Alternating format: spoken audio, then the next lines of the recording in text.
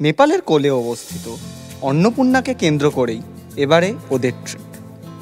Annapurna circuit ট্রেকের জন্য ওদের প্রথমেই নামতে হলো রক্সল স্টেশনে।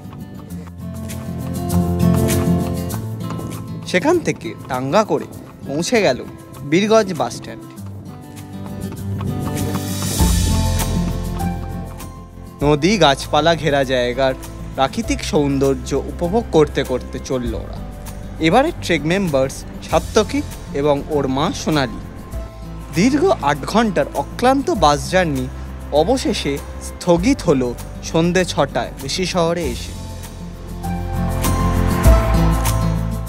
পরের দিন সকাল 9টায় জিপে করে 2 সহযাত্রী চলল ঝামের উদ্দেশ্যে। খুদি চেকপোস্টে কোনো রকম সমস্যা ছাড়াই স্যাংশন হয়ে গেল ওদের এসিটির পারমিট।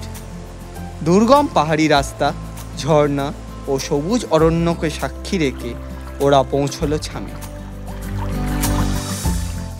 নজর কাড়ল প্রাণোচ্ছল বুম ওয়াটারফলসও।